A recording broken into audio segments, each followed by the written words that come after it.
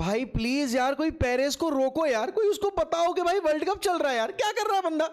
साला 6-6 घंटे हम वॉच अलॉन्ग करते हैं, 6-6 घंटे यहाँ पर हम बैठ के मैचेस देखते हैं, कभी कभी 9-9 घंटे भी हो जाते हैं, और उस सब की लाइमलाइट कौन ले रहा है? Real Madrid.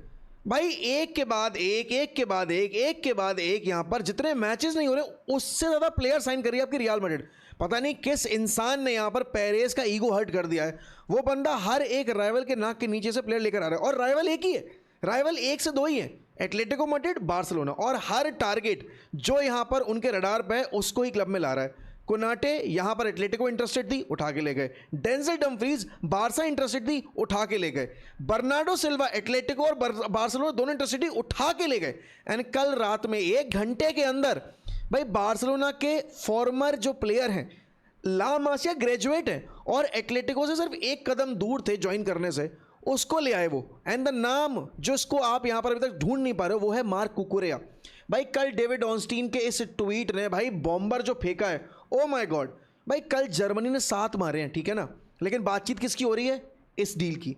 कल नेदरलैंड्स वर्सेस जापान के गेम में आई थिंक वर्ल्ड कप का इस एडिशन का अभी तक का बेस्ट गेम प्रोड्यूस हुआ है, लेकिन बातचीत किसकी हो रही है? इस डील की। तो ऑब्वियस बात है आज हमें अपने फुटबॉल बुलेटिन में इसको इंक्लूड करना ही था। तो भाई बहुत बहुत स्वागत है सभी लोगों का हमारे डेली फुटबॉल बुलेटिन में, और आज की शुरुआत हमारे न्यूज़ सेगमेंट की होगी भाई कल के सबसे बड़े ब्लॉकबस्टर न्यूज़ की, और वो था that Marc Cucurella has signed for Real Madrid. Here we go, हो गया, सब हो गया, सब डील व्हील सब एग्री हो चुकी है भाई। लुई दे फोंते ने भी यहाँ पर अपना वो जो था एक रिएक्शन वो भी दे दिया है। अब ऑनस्टीन ने बोला है कि यहाँ पर टोटल एग्रीमेंट रीच हो चुका है between the parties and the player. 60 million का ओवरऑल पैकेज है, इसमें 55 मिलियन फिक्स्ड है और 5 मिलियन के बोनसेस हैं। भाई सबसे बड़ी रिग्रेट वाली बात जो होगी बार्सिलोना के लिए कि उनका फॉर्मर एकेडमी ग्रेजुएट, ठीक है ना, ला मासिया की मिट्टी से निकला वो बंदा अब मैड्रिड की जर्सी में खेलेगा। और तुम्हें पता है 1 दिन पहले की तुम्हें अगर मैं इंटरव्यू दिखाऊं, भाई ये था 1 दिन पहले का इंटरव्यू। कुकुरेया से पूछा कि अलोंसो को लेकर आपके क्या ओपिनियंस हैं? वो कहता है भाई मैं तो बहुत एक्साइटेड हूँ काम करने के लिए। देखो यार अलोंसो के बारे में मैंने बहुत सुन रखा है, and Alonso is a top coach, and I am glad कि यहाँ पर मुझे काम करने का मौका मिलेगा। 24 घंटे बाद पूरी स्थिति बदल गई है। बार्सिलोना वेट कर रही थी कुकुरेया के सिचुएशन पर रीड करने की कि चेल्सी कितना प्राइस कोट करेगी, क्या करेगी क्या नहीं करेगी। एटलेटिको मैड्रिड वहाँ दूसरी तरफ पर्सनल टर्म्स वगैरह एग्री करने में लगी हुई थी, लेकिन कुकुरेया ने क्या किया? कुकुरेया ने कहा चलो ठीक है यार तुम मुझे पैसा दे रहे हो मैं आ जाऊंगा। भाई रियल मैड्रिड इतनी हरामी चीज़ बन चुकी है इस पॉइंट ऑफ टाइम पे। उन्होंने पहली बार यहाँ पर बैक करना शुरू किया है जोसे मोरिनो के इस नए प्रोजेक्ट पे। अपने मैनेजर की बात सुन रहे हैं वो। अगर तुम देखोगे ना उन्होंने जिडान की बात सुनी थी, ना उन्होंने कार्लो एंचेलोटी को प्रॉपरली बैक किया, एंड अलोंसो को भी बैक नहीं किया था, बस नाम के लिए उन्होंने उसको प्लेयर दे दिए थे। लेकिन भाई मोरिनो के लिए यहाँ पर पलके बिछा दी गई हैं। आप देखोगे तो कोनाटे, डेंजल डमफ्रीज, फिर उसके बर्नार्डो सिल्वा, एंड अब मार्क कुकुरेया। और अभी चीज़ें रुकी नहीं है भाई। अकॉर्डिंग टू द रिपोर्ट्स यहाँ पर बताया जा रहा है कि भाई रियल मैड्रिड ने आपके जोसे मोरिनो को प्रॉमिस किया है कि आपको 1 सेंटर बैक, 1 मिडफील्डर और 1 अटैकर लाके देंगे हम। तो अभी भी साइनिंग्स का सिलसिला जारी रहेगा, और अभी भी यहाँ पर साइनिंग्स होने की पॉसिबिलिटी बहुत ज़्यादा है। सोचो वर्ल्ड कप में टीमें यहाँ पर एक्सप्लोर करें कि भाई हम किस प्लेयर के लिए जाएंगे, किस प्लेयर के लिए नहीं जाएंगे। उस दौरान ही यहाँ पर रियल मैड्रिड ने अपने जो पत्ते थे वो ऑलरेडी खोल के अपनी तरफ कर लिए हैं। अब देखो यहाँ पर ये जो साइनिंग्स हैं, लोग बोल रहे हैं अरे यार बर्नार्डो सिल्वा कहाँ से टॉप साइनिंग हो गया, या फिर आपके अगर आप बात करोगे ये मार्क कुकुरेया कैसे टॉप साइनिंग हो गया।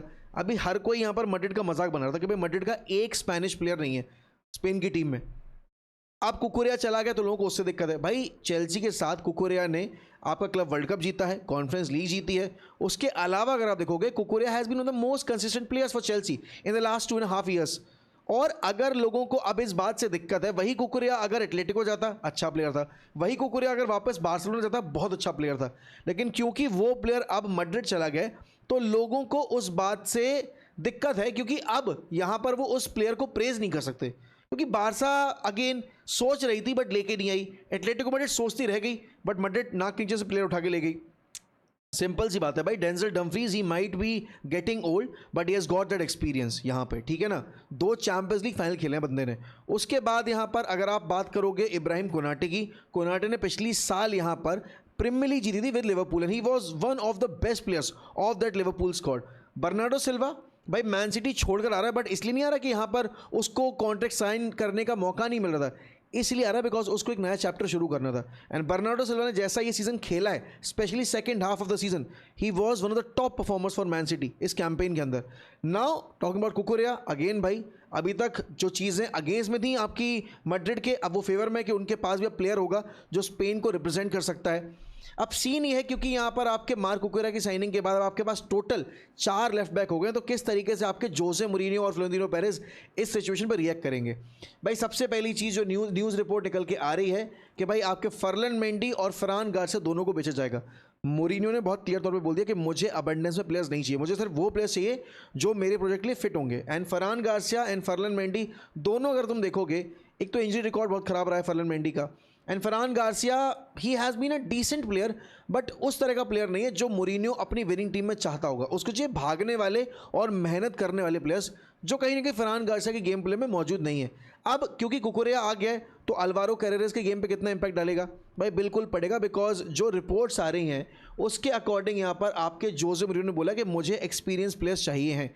आप मुझसे ट्रॉफी डिमांड करते हो, अगर आप मुझसे बोलो कि भाई मुझे चैंपियंस लीग जिता के दो, तो उसके लिए मुझे एक्सपीरियंस चाहिए होगा। और इसी वजह से यहाँ पर जो मिडफील्डर की साइनिंग है उसमें भाई एक नाम बड़ा ज़ोरों शोरों से, बड़ो ज़ोरों खरोशों से डिस्कस हो रहा है, and that name is Enzo Fernandez. Now Enzo Fernandez ने कल फेब्रिज़ो रोमानो के हियर वी गो पोस्ट को लाइक करके इस पूरे नेगोशिएशन को, इस पूरे रूमर को और इंटेंसिफाई कर दिया है। चेल्सी, अब देखो यार, एक वक्त था जब चेल्सी यहाँ पर क्लब्स को बुली करती थी कि हम तुम्हारा प्लेयर लेंगे, हम तुम्हारा प्लेयर लेंगे, हम तुम्हारा प्लेयर लेंगे। अब साल ऐसा आ चुका है, अब हाल ये हो चुका है कि चेल्सी को लोग यहाँ पर फीडर क्लब की तरह ट्रीट करते हैं, और करे भी कैसे ना। अब वो यहाँ पर आपके किसी भी यूरोपियन कॉम्पिटिशन में है नहीं, और जो प्लेयर्स यहाँ पर वर्ल्ड कप में अच्छा खेलेंगे या ऑलरेडी अच्छा करते आ रहे हैं इंडिविजुअल लेवल पे, वो चैंपियंस लीग खेलना चाहेंगे भाई। और इसीलिए एंजो फर्नांडिस का नाम मैन सिटी और रियल मैड्रिड दोनों के साथ बहुत ज़्यादा डिस्कस हो रहा था। तो आई एम नॉट सरप्राइज यहाँ पर कि एंजो फर्नांडिस का नाम डिस्कशन के बाद यहाँ पर मैड्रिड के लिए अब एक ऑब्जेक्टिव भी बन जाएगा, क्योंकि मोरिनियो, जहाँ तक मैं जानता हूँ भाई, वो एक टेक्निकली एबल प्लेयर एंड एक लीडरशिप ग्रुप वाला प्लेयर चाहेंगे। आप वो ऑलरेडी यहाँ पर ब्रूनो, आपके यहाँ पर बर्नार्डो सिल्वा के तौर पर ले आओ, but Enzo Fernandez is also going to be a top signing. अब देखो, ये तो बात रही आपके मैड्रिड के ड्रामा की, एंड बारसा यहाँ पर अभी पैसा खर्च नहीं कर रही है किसी भी केस में। क्यों? क्योंकि उनके लिए प्रायोरिटी है अभी एक striker signing.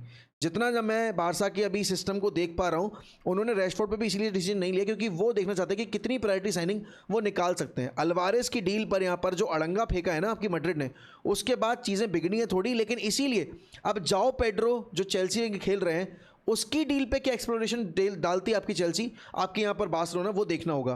But having said that, यहाँ पर भाई देखो, इस पूरे वर्ल्ड कप के टाइम पे ये सब चीज़ें, ये सब ट्रांसफ़र नेगोशिएशन, ये सब यहाँ पर आपके मैड्रिड के अंदर जो बातें चल रही हैं भाई, ये वर्ल्ड कप का जो अभी माहौल है, जो क्रेज़ है, वो जस्टिफाई नहीं कर रहा। बिकॉज भाई you look at these group, ठीक है ना, ये पहले ग्रुप की सूरत हाल है जहां पर आपकी मैक्सिको, साउथ कोरिया दोनों के यहाँ पर 3-3 पॉइंट हैं। चेक और साउथ अफ्रीका में चेक अच्छा खेली थी, बट इवेंचुअली वो हार गए यहाँ पर साउथ कोरिया के अगेंस्ट बिल्कुल इंजरी टाइम में जाकर, इसलिए उनके 0 पॉइंट है।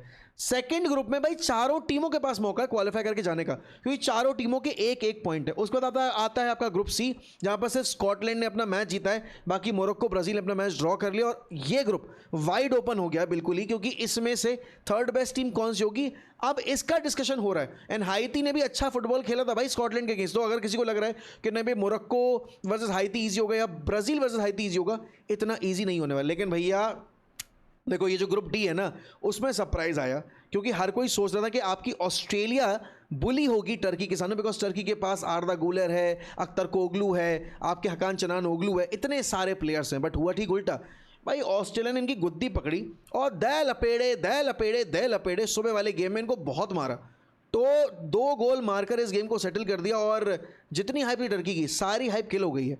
लेकिन भैया मैच तो देखो यार, ये चल रहा है अभी इक्वाडोर और आपके आइवरी कोस्ट का मैच चल रहा है, जो कि ड्रॉ है इस पॉइंट ऑफ टाइम पे, दोनों को 1-1 पॉइंट मिल रहा है। जर्मनी ने एनाइलेट कर दिया भाई कुरासाओ को, इतना तरस आ रहा था कुरासाओ पे कि यार ये क्या हो रहा है उनके साथ, कितना गलत हो रहा है उनके साथ। इतना छोटा यहाँ पर आइलैंड पे बसा हुआ ये देश, वो आ रहा है पहली बार वर्ल्ड कप खेलने के लिए, और जर्मनी ब्राज़ील समझकर उनको पीट रही है। मतलब ब्राज़ील को ट्रॉमा दे दिया उन्होंने। ब्राज़ील अपना सुबह वाला मैच ड्रॉ करके गई, वो जो उसका सदमा तो था ही था, लेकिन उन्होंने 7-1 की स्कोर लाइन दिखा के ब्राज़ील को 2014 की याद दिला दी होगी। अरे भाई रुको, ऐसा है कि ये वर्ल्ड कप, यहाँ पर हर कोई बोल रहा है ना कि स्पेन फेवरेट, कोई बोल रहे हैं यहाँ पर इंग्लैंड फेवरेट, कोई बोल रहे हैं यहाँ पर Argentina favourite, Portugal favourite, France favourite. कोई हमारा नाम तो ले ही नहीं रहा।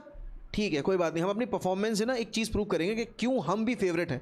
लेकिन पता है ये जर्मनी की जो विक्ट्री है, मैं इसको इतना ज़्यादा ओवर हाइप करके सेल नहीं करूंगा। ऑल्दो अगर आप इनकी परफॉर्मेंस देखोगे भाई, बहुत ही ज़्यादा काबिले तारीफ थी। मैं आपको स्टैट्स दिखाना चाहूँगा भाई, just look at the statistics. 4.22 का एक्सजी क्रिएट किया है, 7 गोल मारे हैं, 6 बिग चांसेस क्रिएट किए हैं। वहीं कुरासाओ ने जब गोल मारा था ना भाई, ओ माय गॉड, माहौल देखने लायक था। लेकिन मैं एक चीज़ से सबसे ज़्यादा डिसअपॉइंटेड हूँ, और वो चीज़ है भाई ये यार क्या हाफ टाइम से पहले एक हाफ टाइम रख रहे हैं ये। मतलब इन्होंने गेम को 4 क्वार्टर में बांट दिया है। ये अननेसेसरी ड्रिंक्स ब्रेक दे रहे हैं, जबकि प्लेयर्स को ज़रूरत है भी नहीं। मतलब जो स्टेडियम सेंट्रलाइज एसी हैं उनमें भी यहाँ पर आप ड्रिंक्स ब्रेक करा रहे हो, क्यों? क्योंकि आपको कमर्शियल रन कर रहे हैं। अब कल जर्मनी वर्सेस कुरासाओ के मैच में कुरासाओ ने गोल मारा और तुरंत एक अटैक क्रिएट किया, लेकिन उसके ठीक बाद यहाँ पर आपने 5 सेकंड के अंदर ड्रिंक्स ब्रेक कर दिया, ठीक है ना, हाइड्रेशन ब्रेक जिसको आप बोल रहे हो। और उसके बाद आपकी कुरासाओ कभी गेम में आई नहीं पाई, बिकॉज जर्मनी ने फिर जो लपेड़े बजाए, जो घेर घेर के पीटा है, ओ my God. And just look at these goal scorers भाई। काई हावर्ट्स ने यहाँ पर कल 2 गोल स्कोर किए हैं, उसके अलावा आपके उनदेव सब्स्टिट्यूट होकर आए और वहाँ से उन्होंने गोल स्कोर कर दिया। ब्राउन यहाँ पर भाई, ब्राउन ने यहाँ पर गोल स्कोर किया, असिस्ट किया, but by that Nmecha goal, oh my God, that was absolute thing of a beauty. पूरे गेम का बेस्ट गोल मेरे लिए नमेचा वाला गोल था। कल फ्लोरियन वर्ट्ज भी बहुत शानदार थे, मुसियाला भी बहुत शानदार थे, मुसियाला ने भी बहुत टॉप लेवल गोल मारा है। आई थिंक एवरी प्लेयर जो कल खेल रहा था, चाहे वो बेंच से आया हो चाहे वो यहाँ पर स्टार्ट किया हो, भाई he was top notch. Everybody has got a beautiful rating and Neuer eventually beat हो गए भाई, but that was a top shot by Curacao का प्लेयर। बट भाई देखो, बात यहाँ पर इस मैच से ज़्यादा मेरे हिसाब से जिस मैच की होनी चाहिए वो था भाई आपका जो दिन का आखिरी मैच हमने वॉच अलोंग किया था, एंड दैट वाज यहाँ पर आपका नेदरलैंड्स वर्सेस जापान। भाई ये गेम था प्रॉपर एंड टू एंड, ये गेम था प्रॉपर यहाँ पर आपका वो जो मॉडर्न डे फुटबॉल हम देखना चाहते हैं ना, वो वाला। आप एक्सजी देखोगे, आप बोलोगे नहीं एक्सजी अच्छा नहीं था। अबे एक्सजी पे गेम्स नहीं होते, क्वालिटी ऑफ फुटबॉल।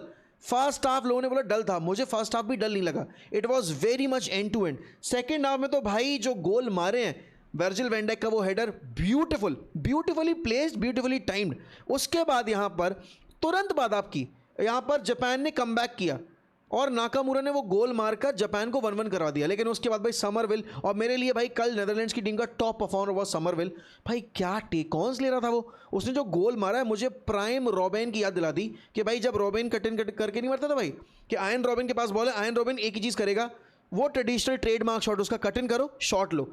कल ब्यूटीफुल गोल स्कोर किया आपके समरविल ने। लेकिन भैया ये 6.5 फुट के मुस्टंडो के ऊपर चढ़ के जो हेडर स्कोर किया है ना आपके जापान ने और इक्वलाइजर मारा है, भाई गेम वहाँ पर एकदम से जाग उठा। और जापान हमारे इस वर्ल्ड कप एडिशन की मोरक्को के अलॉन्ग साइड एक बहुत ही बड़ी डार्क हॉर्स है। अब इस पॉइंट ऑफ टाइम में पता है अंडरडॉग्स की कैटेगरी में यहाँ पर आप नेदरलैंड्स को डालते हो, बट जापान भी मेरे हिसाब से अगले वर्ल्ड कप तक अगर ऐसा खेलती रही वो भी अंडरडॉग की कैटेगरी में ही आएंगे, डार्क हॉर्स की कैटेगरी में नहीं आएंगे। लेकिन अभी मैं जापान को आपके डार्क हॉर्स की कैटेगरी में डालूंगा, बिकॉज अगर आप ये ग्रुप देखोगे ना भाई, ये ग्रुप बहुत ओपन है, ठीक है ना। आप यहाँ पर आ जाओ और देखो, जापान नेदरलैंड्स ने अपना गेम जो है वो ड्रॉ किया है 1-1 पे।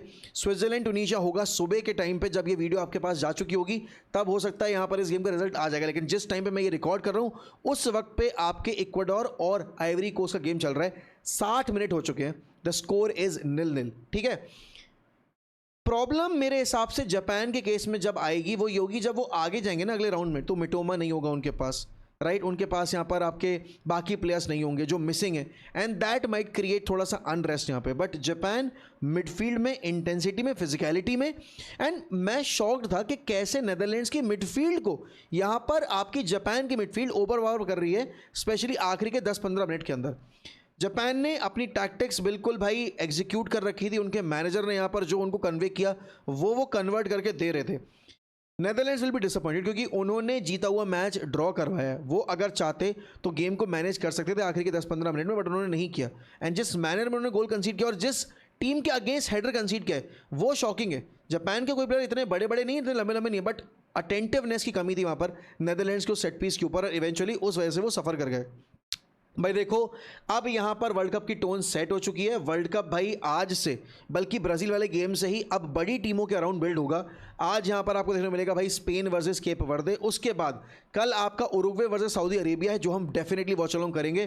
France, Senegal, Iraq, Norway. लेकिन भैया 17 तारीख से बिगुल बच जाएगा बड़ी टीमों का, और सबसे बड़ी टीमों का।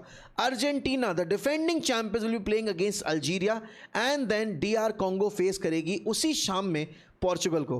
अब देखो बहुत सारे लोगों का यहाँ पर एक क्रिटिकल पॉइंट रहा है, क्रिटिसिज्म का पॉइंट रहा है कि जर्मनी ने 7 गोल मारे हैं, लोग उनको अभी भी क्यों फेवरेट्स के तौर पर नहीं देख रहे हैं, वो अभी भी यहाँ पर जर्मनी को as a prime contender to win the FIFA World Cup क्यों नहीं देख रहे हैं। उसके पीछे का रीज़न मैं बताता हूँ भाई। पिछले वर्ल्ड कप एडिशन में 7 गोल यहाँ पर आपके मारे ना आपकी जर्मनी ने, वो भी कुरासाओ जैसी टीम के अगेंस्ट, एक कंसीड भी कर लिया।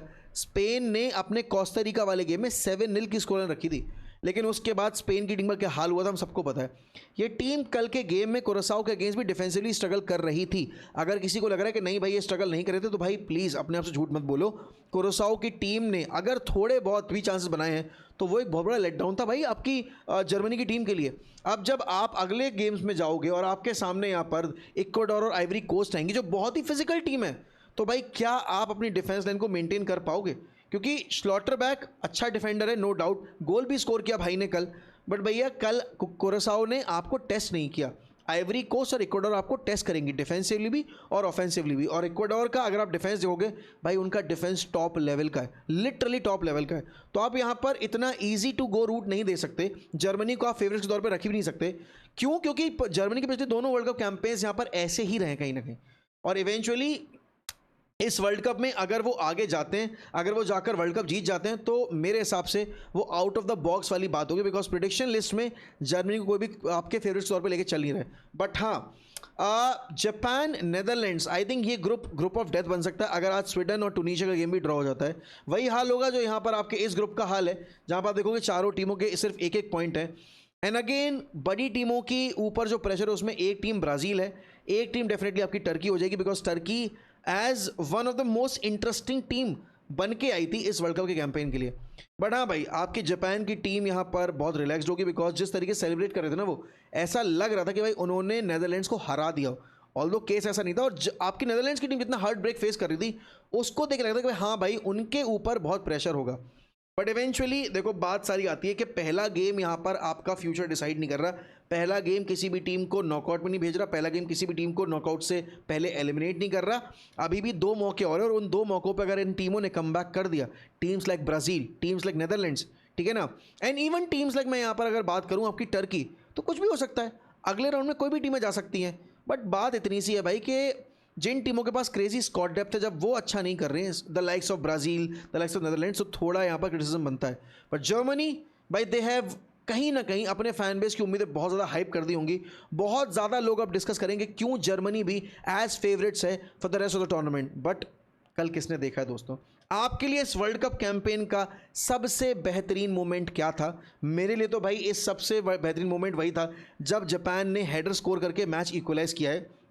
और ये गेम मेरे लिए इस वर्ल्ड कप कैंपेन का बेस्ट गेम था। It was not USA versus आपका यहाँ पर Paraguay, it was not Turkey versus Australia, it was definitely not Brazil versus Morocco, but it was this game. और जर्मनी कुरासाओ तो 1 वे ट्रैफिक था यार, उसको तो मैं रखूंगा भी नहीं as the best game of the FIFA World Cup so far. It has to be Netherlands versus Japan. But भाई क्या लगता है आज यहाँ पर उरुग्वे वाले गेम में क्या होगा, राइट? और रात में स्पेन वर्सेस जो आपका केप वर्दे वाला गेम है, उसमें स्पेन कितना मारेगी? और ये जोसे मूरिन्हो और आपके पेरेस की जोड़ी मिलकर जो धमा चौकड़ी मचा रही है, उस पर भाई नॉन मैड्रिड फैंस का क्या ओपिनियन? और मैड्रिड फैंस इन सारी साइनिंग्स को आउट ऑफ 10 कितना रेट करोगे? भाई देखो, अगर चैनल पे नए हो तो प्लीज़ सब्सक्राइब कर लेना। हम बहुत मेहनत करके आपके सामने कंटेंट लेकर आ रहे हैं, ज़्यादा से ज़्यादा वॉच लॉन्ग करने की कोशिश कर रहे हैं। तो please help us in reaching यहाँ पर 150 के as soon as possible, because हमारे इस वर्ल्ड कप से पहले, वर्ल्ड कप खत्म होने से पहले ड्रीम टारगेट है कि हम कम से कम यहाँ पर 200 के जितना नज़दीक हो पाए उतना नज़दीक पहुँचे। तो please subscribe, and with that I take a leave. मिलता हूँ अगली वीडियो में। ध्यान रखिए अपना, bye bye and take care.